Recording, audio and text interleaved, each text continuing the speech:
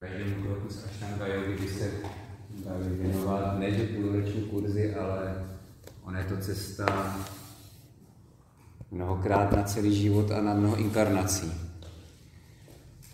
A ta cesta se musí praktikovat. To, co tady my děláme, je jenom třeba vytáhnout nějakých impulzů, aby třeba to ve vás vzbudilo zájem, nebo vám to dalo nějakou základní vnější kostru k tomu, abyste si to mohli začít nějak budovat sami, anebo třeba mohli i pomáhat, začít to budovat někomu jinému postupem času, až to nějak uchopíte a ukotvíte v sobě.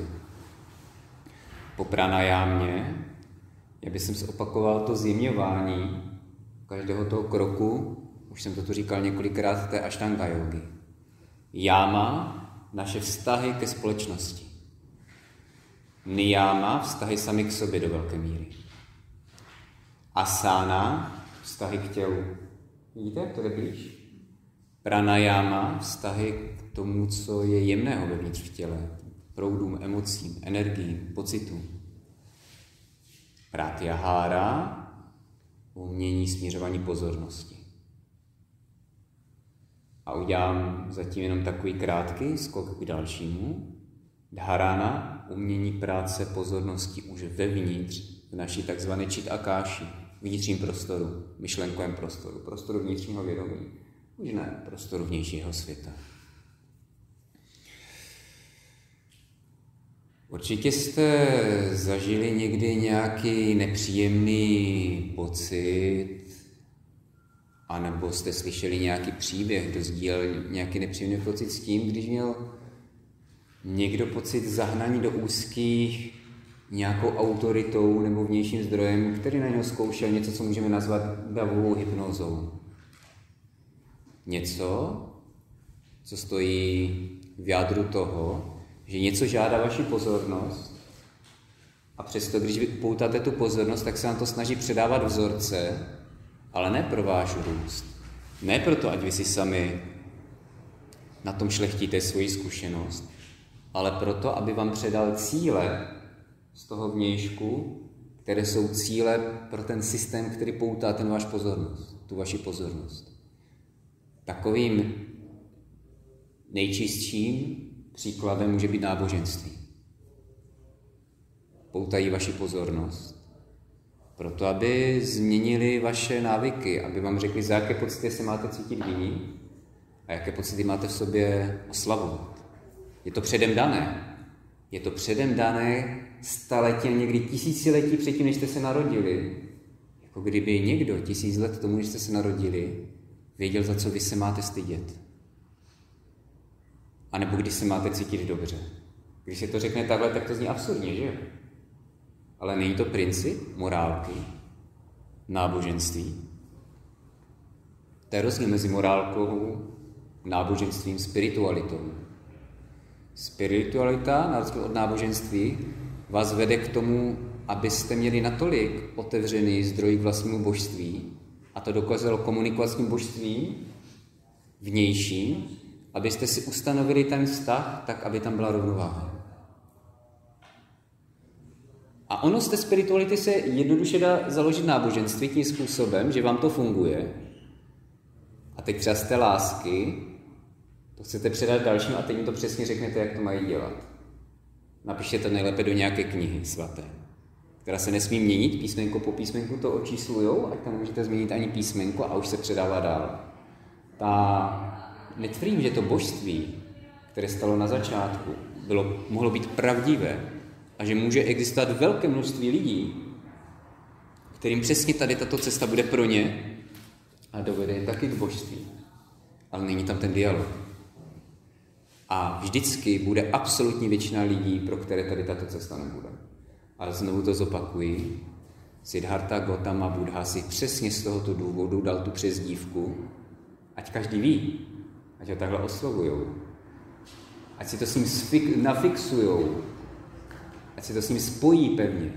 Já jsem ten a ten, co došel tam a tam, tak a tak. Já jsem jedinečný. Má cesta je jedinečná a mé osvícení, můj cíl je jedinečný. Nezaměnitelný. Vaše cesta je jedinečná, vy jste jedineční a vaše osvícení bude taky jedinečné. Já vám nedokážu říct, jak tam dojdete. Dokážu z pozice toho člověka, co tam je, vám říct, jak já vidím vaši cestu. Jestli se vzdalujete, oddalujete. Jaké jsou vaše parazitní návyky. Co když budete dělat, tak vám spíš prospěje k tomu, abyste mohli komunikovat s tím vnitřním božstvím, anebo komunikovat s tím vnějším božstvím. To ano, to všechno vám tady tento člověk ukáže říct. Je pravda, že se říká, že člověk, který už je na vysokém stupni samádhy, tak může takhle vzít vaši karmu. Takhle ji odhodit. A jste tam, kde on. Ale to se nedělá. Vzpomeňte si na ten příběh, a také už jsem to říkal, o Bráhmovi a Máji, jak se milovali. A rozhodli se, že budou hrát tady tuto hru. A vy byste tu hru někomu brali? To přece se nedělá. Bylo to jeho svobodné rozhodnutí, že si chce hrát. A když byste rovnou, představte si dítě, co si chce hrát, a vy byste mu rovnou řekli, vyhrál si, máš svobodu. Bude mít dítě radost? No nebude, ho nezajímá, že má svobodu, no si chce hrát. A to je ono. To je ono. Ho nezajímá, že dosáhlo plného počtu bodů osvícení tu duši. Ho zajímá ten proces, ho zajímá ta hra. A to je spiritualita. Existují další způsoby tady poutání vaší pozornosti a přenášení nějakých hodnot.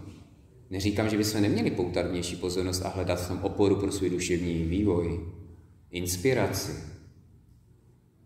Ale to, o čem se bavíme, je úplně něco jiného. To je skopírování návodu do vás, který se stane vaším vnitřním,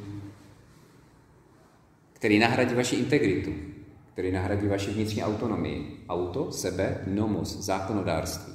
Vnější zákoník nahradí vaši autonomii, vaše vnitřní zákonodárství. To je ten problém. Jaké jsou další nějaké proudy, odkud pochází tady tato, můžeme říct třeba davová hypnoza? Co vás napadá?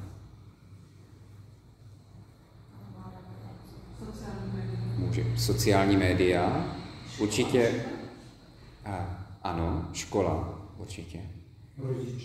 Rodiče. Ty jsi říkala armáda. A já bych si jenom upozornil, že všechno to, co bylo zmíněno, můžou být instituce, které můžou dělat neskutečné dobro, včetně té armády. Otázkou je, umíme je používat takovým způsobem, aby jsme je používali k vlastnímu rozvoji, seberůstu, bezpečí. A nebo se spíš používají pro nějaký boj o moc. O hodnoty někoho, kdo si takhle stanovil, že je to hodnotné, a vám to nedává smysl třeba kolikrát. Ale musíte se podvolit tomu, že je to hodnotné jinak jste mimo. V takovém prostoru smrti. Proto dítě je to hrozné nebýt přijaté. To se rovná smrti, protože ono se samo sebe nedokáže postarat. A když ho vyhodí ze školy, a ještě ta základka je povinná. Pozor, abyste byli občan, tak máte povinnou základku. Já teda nevím vůbec jenom, jestli tady někdo ví, co se stane s těma lidmi, kdo tu základku jako nedokončí. Co se s ním stane?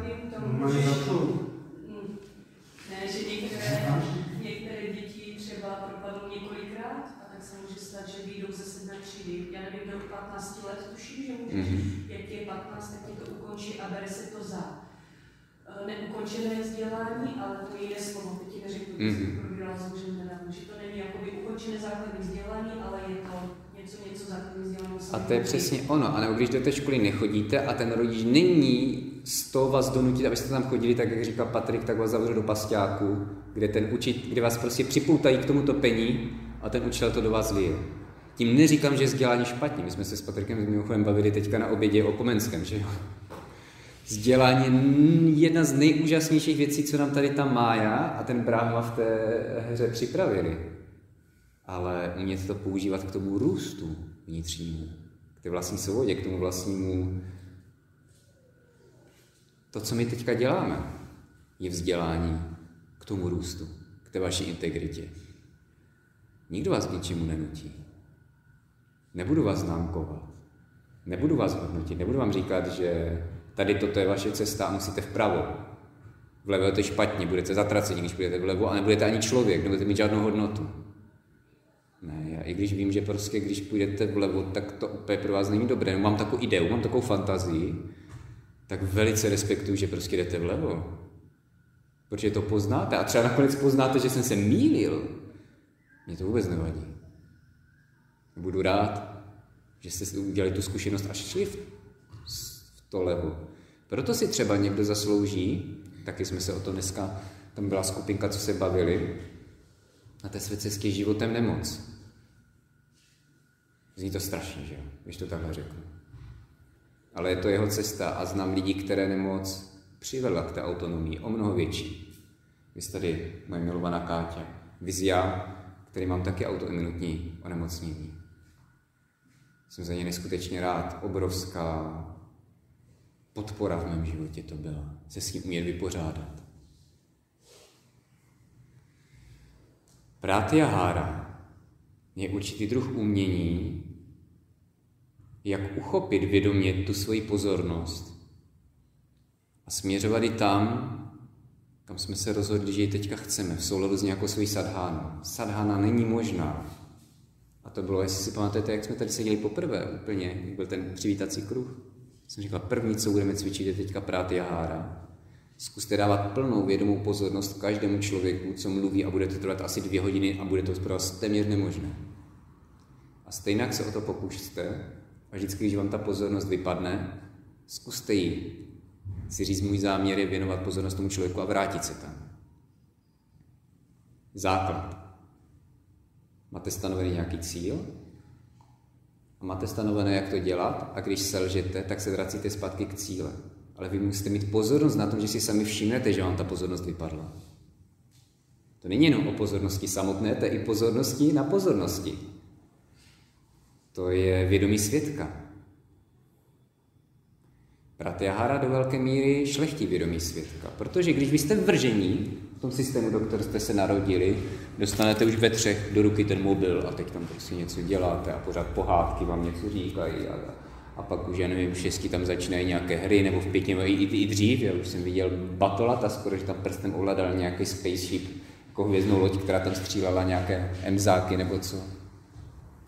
A jdete dál a sociální sítě a média a teď celebrity na vás působí a tak dále. To jste v tom vržení a máte pocit, že to je jediná možnost, že tak to prostě je. Všichni chtějí poutat vaši pozornost a říkat vám, jak to je, co je dobré, co máte kupovat, jak se chovat a tak dále. A teď jak se z toho dostat, jak udělat ten odstup, abych si vůbec mohl vybrat, co mě teďka prospívá, co mám poslouchat, jaká je to vůbec informace, co mi předává. Je to nějaká aktualita, kde jedna aktualita za druhou se střídá. A jak už se jenom těším, až přijde další aktualita a ta moje mysl mohla skočit, nebo ta moje pozornost na další informace. Není to to, co se děje, když čtete ty zprávy? Noviny. Klasický příklad. Další článek. Co se stalo? A jedete. A už jenom dokončíte jeden a teď už máte prostě to potřebu sakra. Co bude v tom dalším? Potřebuji vědět, co bude v tom dalším článku. Co ten Kalousek zase udělal? A co se děje na Bali? A co v té Francii ta Le Pen?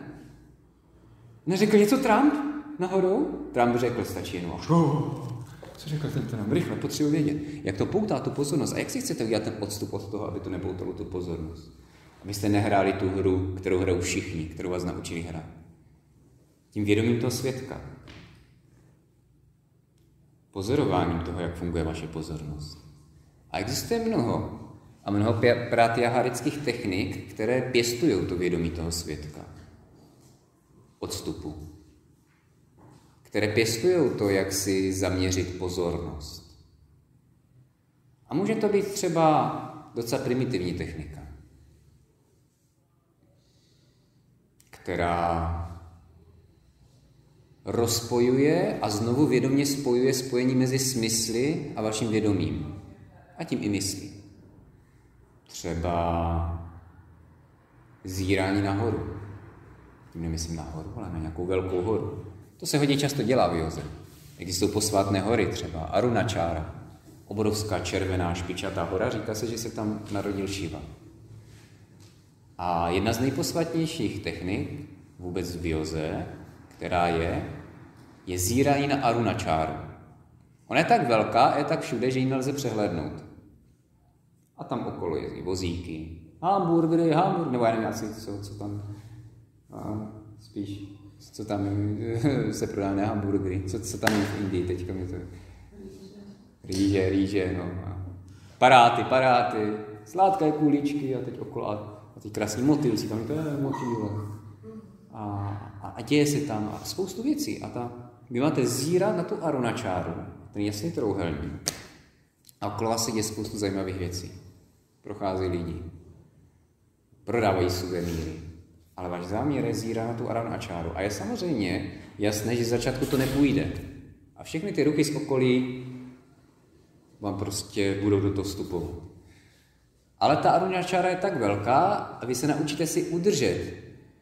Ale to je potřeba si opravdu stanovit ten záměr a to je základ ta práce s sadhánou.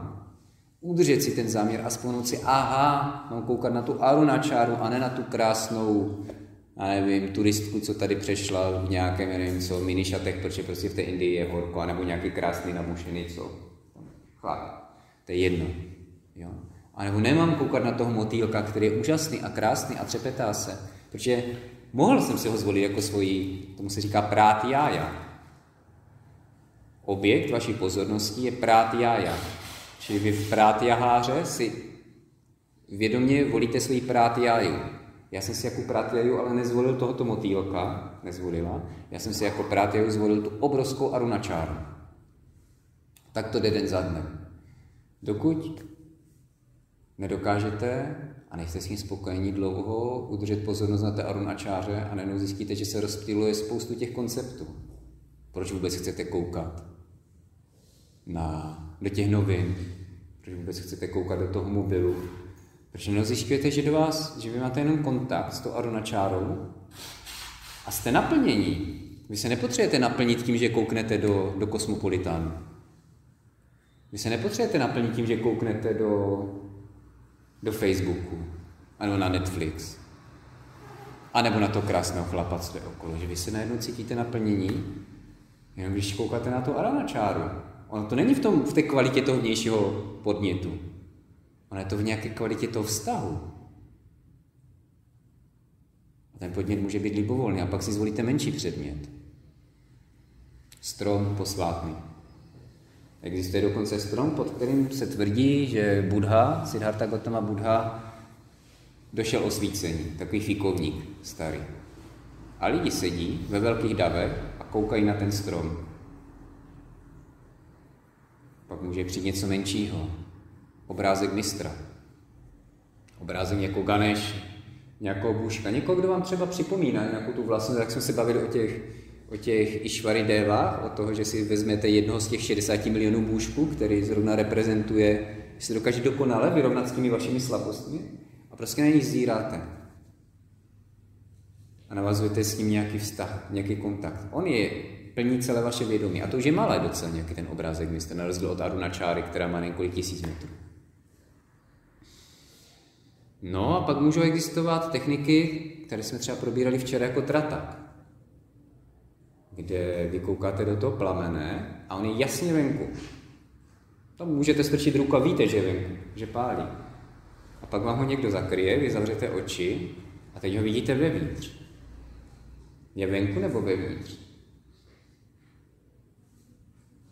Je obojí. Jde o to spojení.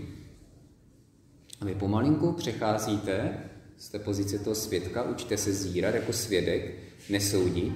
Pomalinku přecházíte od těch velkých hmotných věcí po maličké, až na samotnou hranici mezi akášou, vnějším prostorem, a čit akášou, vnitřním prostorem. A potom tu pratyaháru se vám podaří, když už umíte svobodně fixovat a svobodně dlouho, jak chcete, a to je mistrovství svobodně, jak dlouho chcete samozřejmě, udržovat pozornost na nějakém jednom předmětu nebo na nějakém jednom bodu, tak to přešoupnout už jenom dovnitř. A tady to je pořád pratyahára, akorát už je to takový kvalitativní skok, že měli jogíni nutkání tomu dát jiné jméno. A nazvali to dhárána. Dhárána, jakože dá někdo ráno třeba, ale to dhára akademie, že jo? To je ta dhára. Tady ta dhára znamená ten bezpečný prostor na zemi, to bezpečné obětí, to něco takhle uzavřít. Vy tu pozornost takhle uzavřete do toho vnitřního prostoru, ale to uzavření v té dáře, to je vždycky to uzavření, které je vyživující. Protože to je uzavření, že někoho můžete zavřít do vězení a pokud nemá velkou sebedisciplínu, tak ho to moc nevyživí. A můžete taky někoho uzavřít do své náruče. Se může někdo zavřít do jeskyně dobrovolně, protože je mu tam dobře. Nebo se může zabalit, zachumlat do teplého svetýrku. Vidíte tady toto jako vyživující uzavření, o kterém já říkám? A to je ta darána. Vy tu svoji pozornost. A často se stotožňujeme s pozorností. Pozornost věnuju bulváru a sám jsem bulvárem. Sám mám ty bulvární názory. A sám říkám, a ten God zase, vlastně God už nežije. Kdo žije? Já ani nevím, já to nečtu. Někdo, o kom píše bulvár. A pak se o tom pořád bavíte. A vy jste vlastně máte pocit, že jste tím bulvárem, jo? Nebo vy máte pocit, že jste těma zprávama, nebo máte pocit, že jste něčím, jo? Tím v práci, co vám říkají, v svém náboženství, co vám říkají, že jste to vy. Stotožňujete ten obsah vašeho vědomí a potom se dostává do vědomí, tak se dostává do té mysli. A protože vědomí, co je vědomí ještě? Jaký je rozdíl mezi vědomí a mysli? Možná je důležité říct, aby jsme si to uvědomili, když projdeme tou pozorností dovnitř.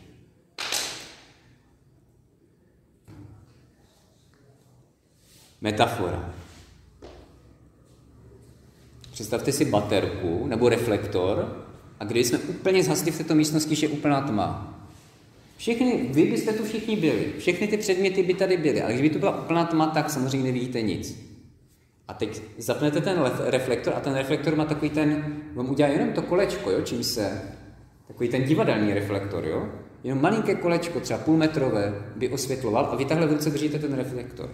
Když měl teďka ten reflektor třeba namířený na ten obraz, který je nad Ludskou, a všude byla úplná tma, tak jediné, co by se měl ve vědomí, by byl ten obraz. Byl by jsem si vědomý jenom toho obrazu. V ruce držím to ovládání od toho reflektoru a to ovládání od toho reflektoru, jak směřuju ten reflektor, tak směřuju svoji pozornost. Jo? Směřuju svoji pozornost. A tam, kde nasměřuju svoji pozornost, tak to mám vědomí. A to, co je v tom vědomí, tak potom já můžu začít rozebírat v mysli. No, ten obraz, to vypadá trošičku jak nějaký symbolismus, je surrealistický, spíše prostě dadaistický, jo? A už to jede. Aby jsem se jí mohl zabývat, musel jsem ho být nejdříve ve vědomí a musel jsem na něj fixovat pozornost.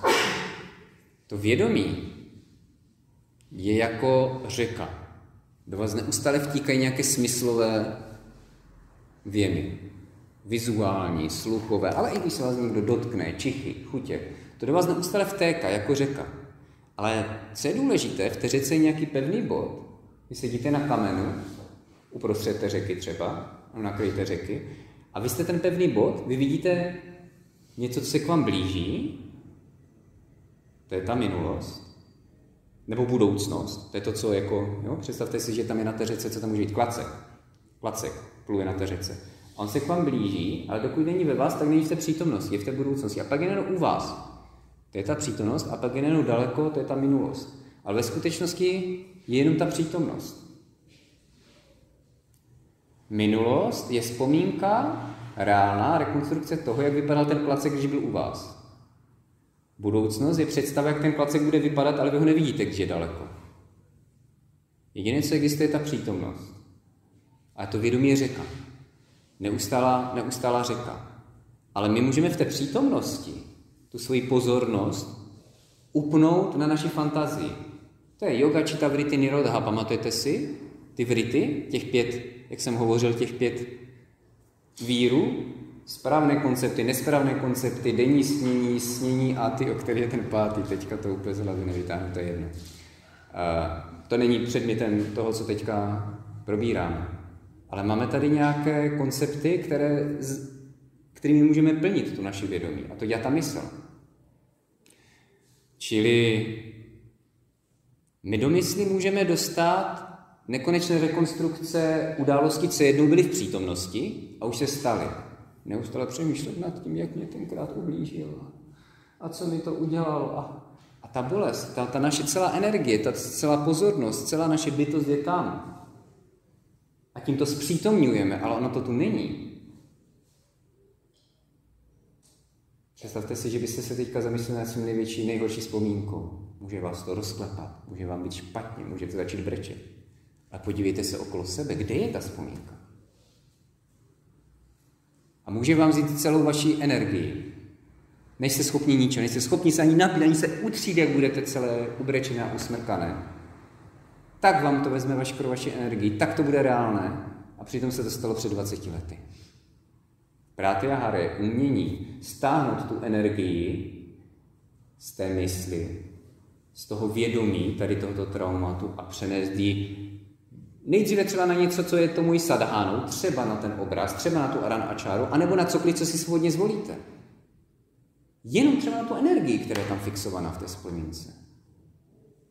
Nebo na to, že tady máte okolo skvělé přátelé, s kterými se můžete bavit. Na cokoliv, co si svobodně zvolíte. Co je teďka pro váš růst dobré.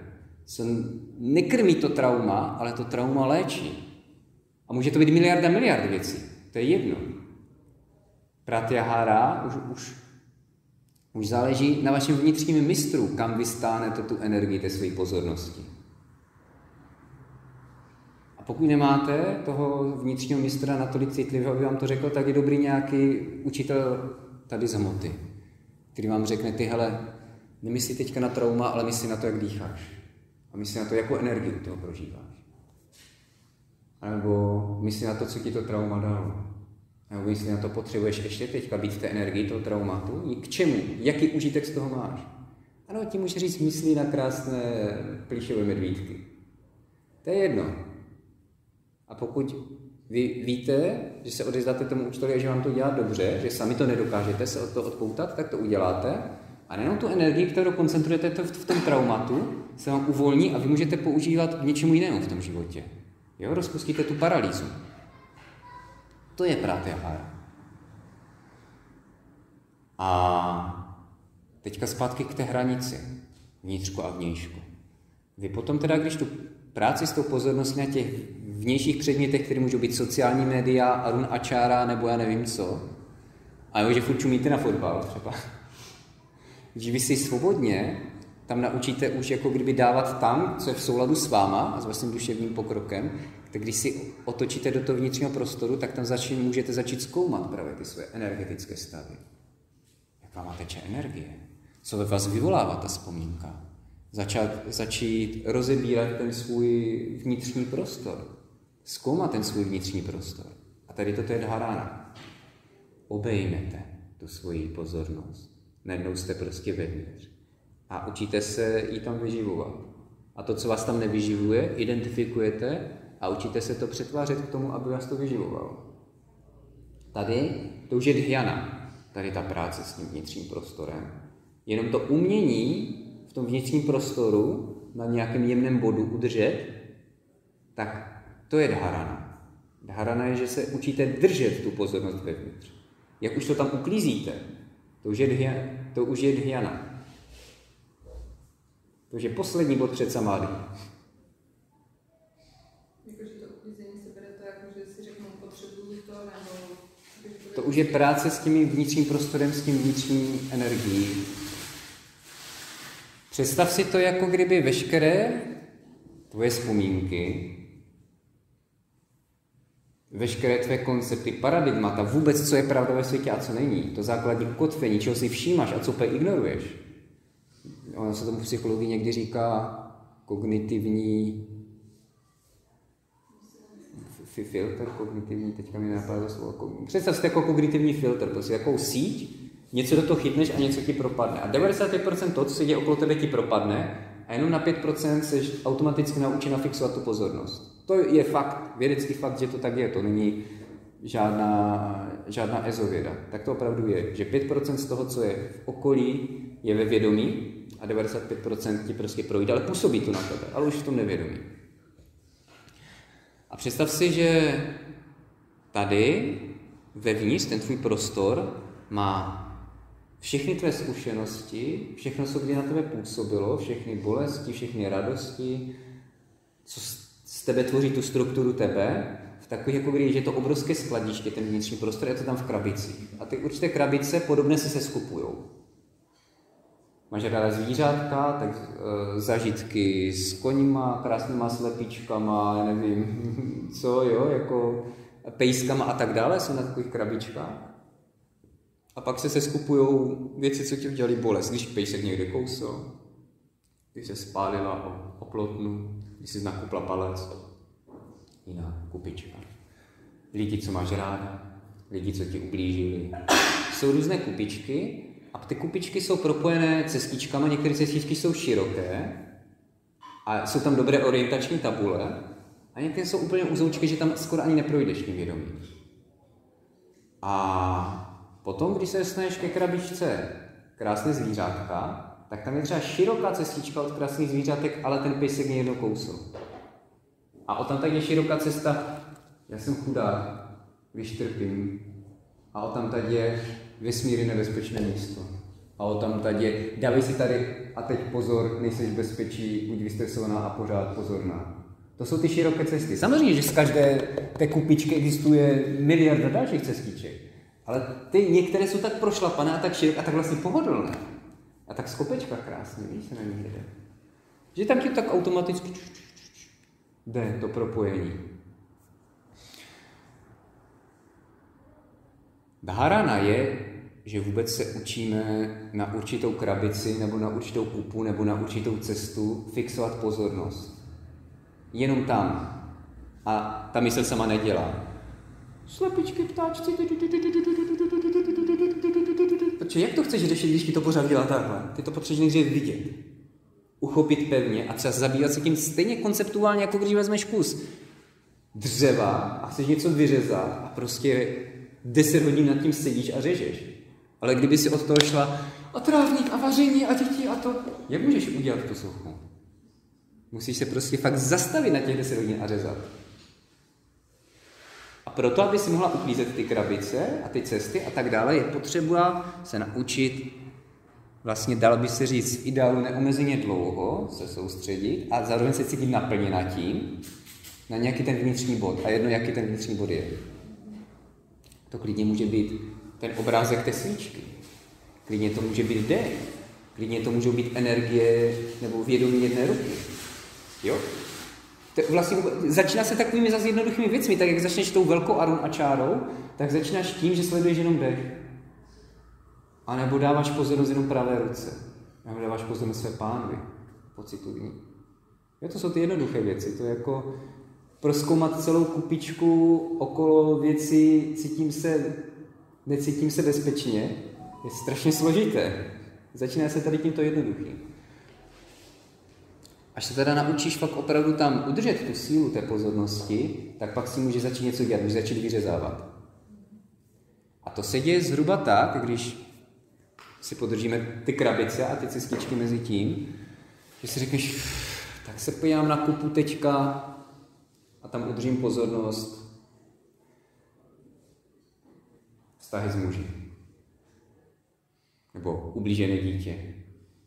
Nebo, a to je hodně široké. Ono se to dělá jako fakt konkrétněji. Něco konkrétního.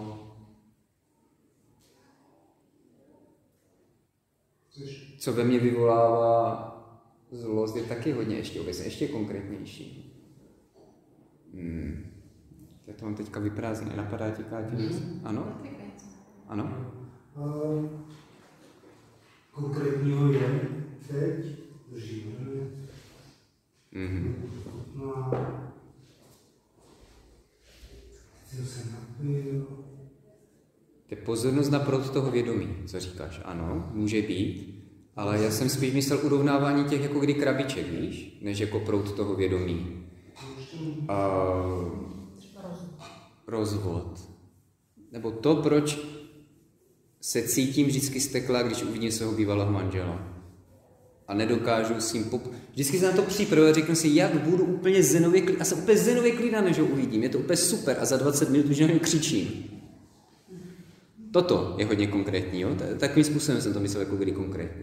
A tak se podívám na tu krabičku a na ty cesty, co od ní vedou. A teď to rozebíráš. Ne pro tu analýzu, ale opravdu, to je ta sadhána, ty to staneš jako sadhána. Víš, kdy to uklízíš, víš, co zrovna děláš a víš, jestli to, co teďka děláš, vede k tomu většímu uklízení anebo k tomu chaosu. Proto je potřeba, a to je ten základ tady tohoto kurzu, co vám chci dát na cestu jogy, se naučit pracovat se sadhánou.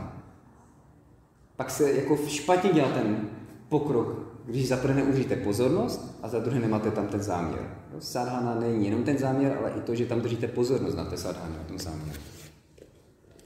A teď začneš zkoumat ty krabičky, podíváš se, co je dovnitř. Jaké krabičky jsou v okolí? Jak je to na sebe uspořádané? Co je dole, co je nahoře? Jak je která velká? Jak je která těžká? A teď se podíváš na ty cesty, kudy to jde jednoduše o tam tak a kam to jde. A pak zkoumáš i malinké cestičky, kam by to ještě šlo, ale blbě. A pak na cestičky, které už jsou tak úzké, kterýma vůbec neprochází, a pak na cestičky, které jsou zakopané úplně harampádí. Ono to nemusí být vždycky všechny tady tyto, jo? Ono to někdy pak, když už se to naučíte, tak už to jde vlastně kolikrát někdy i lusknutím prstů, jo? Když už jste fakt jako kdy v tom dobré. Ale tak se to jako kdyby zase jako kdyby učí. A pak zjistíte, ta cestička je zaházena úplně jiným harampádím, ale tam vím, že nejlépe teče moje energie, aby mě posilovala. A tak jdeš a začneš odklízet tu cestičku, která je zaházena nějakým jiným harampádím a vidíte, kolik je to práce. Ale co říkám, to je fakt jako reálná práce. Jako ta vnitřní práce je reálná práce, která chce čas a prostor. A disciplínu. Jako vaření. Taky chce čas a prostor a disciplínu a dělat postupně ty kroky. Jo? A trpělivost. A ten záměr hlavně, že víte, co děláte. Prosím? A ahimsu, citlivost k sobě. A k ostatním. Protože tam se začnou, když začnete vyhazovat ty krámy, tak máte nejenom pocit, že toho manžela chcete fakt zastřelit. Prostě. Jo? A tu cestičku, kterou jsi vybrala, tak jenom odklidíš ty krámy. A najednou zjistíš, že třeba i ty krámy se dají jako kdyby vyhodit. Ale ta energie, která je v těch krámech, ten prostor, který ti to uvolní, ti najednou když tam lépe dýchá. Oni se nemusí jenom uspořádávat, oni se dají i vyhodit. To je úžasný objev pak na té cestě, té dhyány, když zjistíš, že se ta krabice dá vyhodit a zároveň, když ji vyhodíš, tak ten prostor, co se uvolní, ti dá více energie. No my to známe, ale používáme to koncepčně a vědomě, tuto metodu.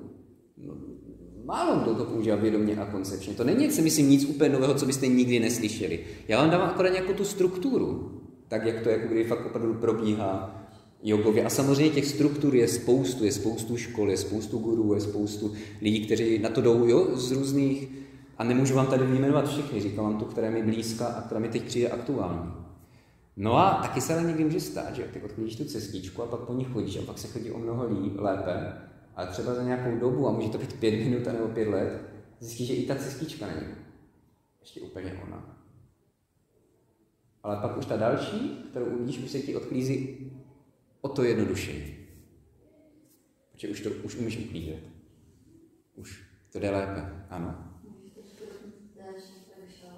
Prosím?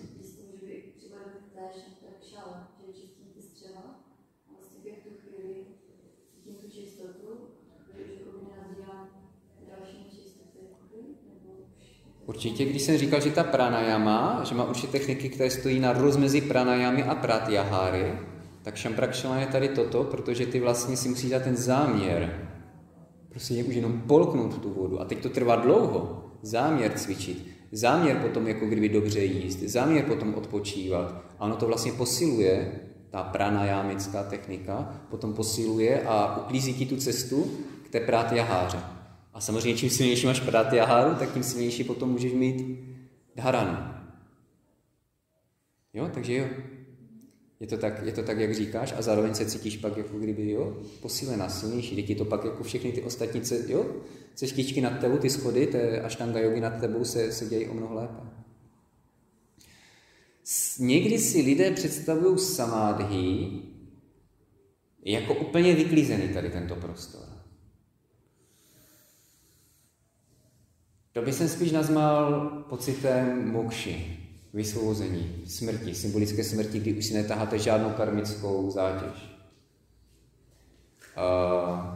Samádhi spíš je, že vy už si ten sklad tak uklidíte, že už jednoduše víte, kde je jaká krabice, jakou má sílu a dokážete ji používat s největším tvůrčím potenciálem ve vesmíru, který máte. Tak by jsem nazval to samádhi. Pořád tam je to já, to ego. Pořád tam je můj osobní příběh. Ale už ta lehkost pohybu, už ten prostor, už ta vzdušnost, už to, jak je to uspořádané, už má takovou, už té síly, kterou vám to uvolnilo, už je tolik, že nedokážete dělat věci, co lidi řeknou, to není možné, to, co děláš, jsou zázraky, to nejsou zázraky. Vy akorát dokážete volně chodit v tom prostoru, kde se nejdřív nedalo ani hnout. A jelikož tam dokážete volně chodit, tak dokážete dělat věci, které nedokážou dělat jiní lidi, rychlosti, které to nedokážou dělat jiní lidi, a jim se to zdá zázračné, protože oni tam všude mají ty krámy. Jo? Ano? Mohl bys mi pomoct něco rozklíčovat? Bych chtěla zaprvé jenom podotknout, že má velké téma třeba uklid domů, hader, čehokoliv, nebo i uklid e-mailu. Může spustit, že tím píši jako pracují často fyzicky, a když kolikrát jako nevím, kudy kam, a pak se přistínu, že něco intenzivně uklízím, v té hlavě nemám nic v ten moment a řeší se mi tam něco úplně jako jiného, že i to kolikrát může pomoct. Ale mám tam trošku rozkol, ty mi to určitě řekneš, když tam je nějaké trauma v minulosti, jakékoliv.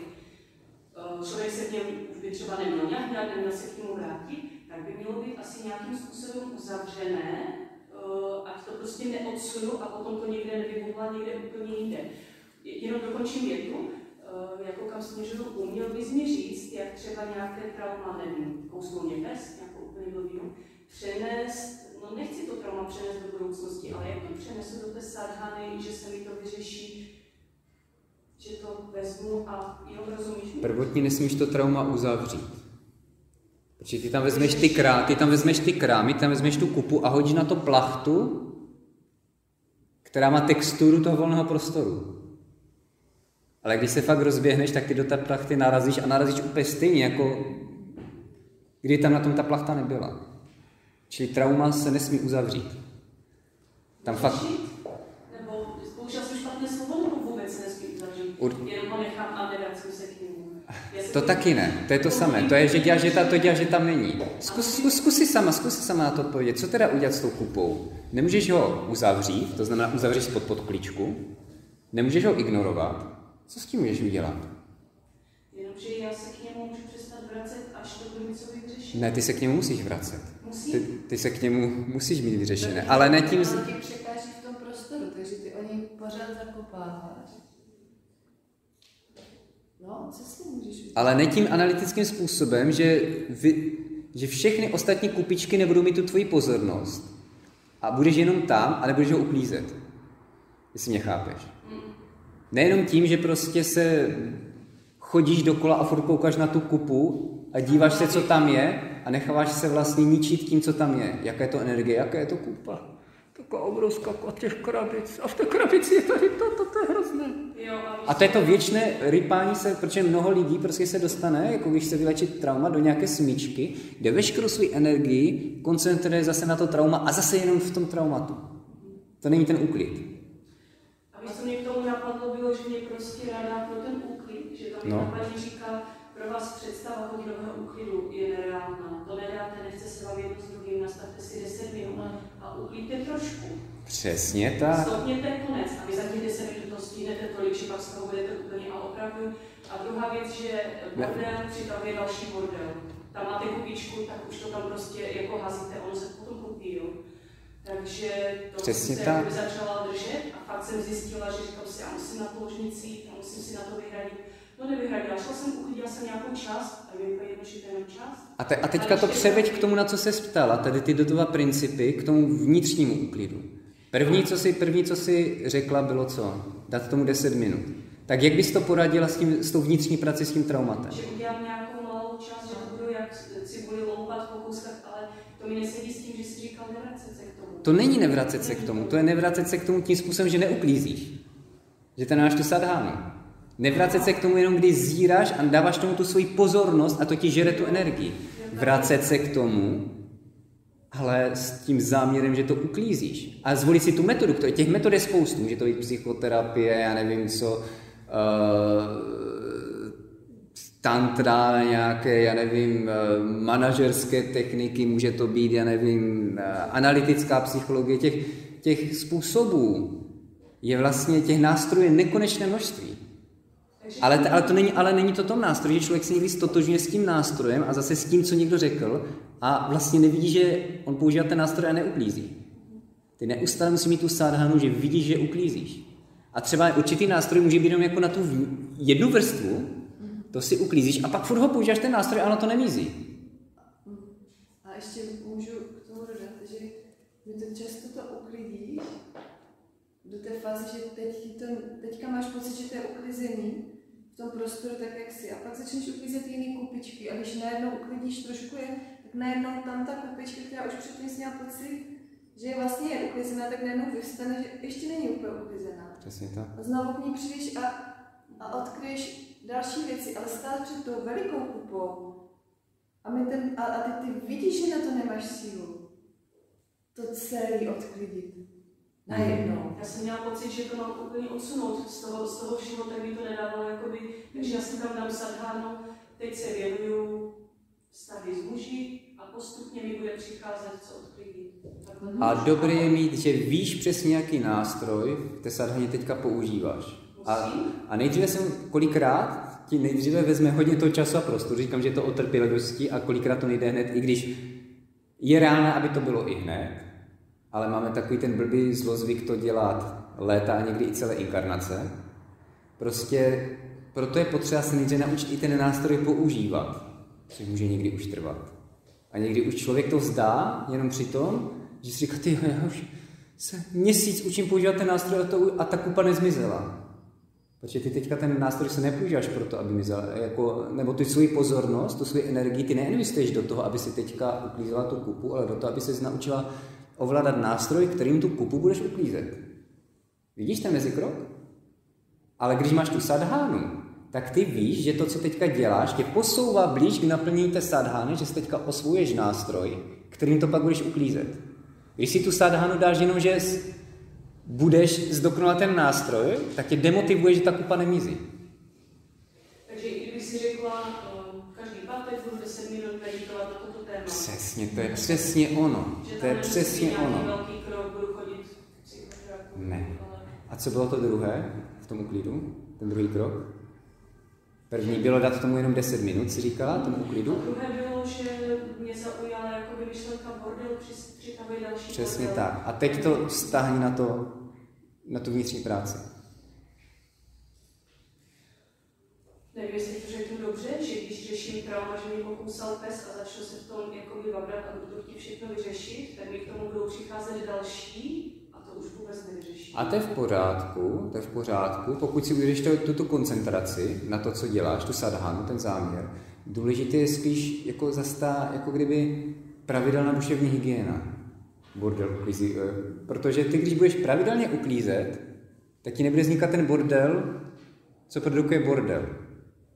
Když si řekneš pravidelně jednou týdně ve středu jdu na hodinu do vany, kde se naložím do té teplé, krásné bylinkové koupele, úplně se uvolním a tam si budu dodržovat tu svoji duševní hygienu, tak tam je ta pravidelnost a budeš si aspoň za ten týden, co ti tam se zase nabilo, tak to si jednou týdně tam uklidíš, tak pak budeš mít tu středu, si to uděláš, tak budeš v ten pátek ten čas na to se věnovat té velké kupě. A těch 10 minut s ní něco málo vzít. Ale když v tu středu nevyčistíš to, co se za ten týden mezi tím stalo, tak v ten pátek nebudeš mít sílu, energii na to, aby si uklidila tu velkou sadhánu, to, co jsi řekla. Takže on já si myslím, že ten tvůj zájem o ten úklid, který si tady dneska přišla, není vůbec náhodný. To je ta synchronicita. Akorát chce ten nástroj se naučit používat a pak ho používat v tom kontextu, který je ve tvém růstu. A samozřejmě, že je to jak nahoře, tak dole, že když si uklidíš doma, tak ti to půjde líp vevnitř. Už jenom tím, že se odpoutáš, že nebudeš furt muset vyset na pračku.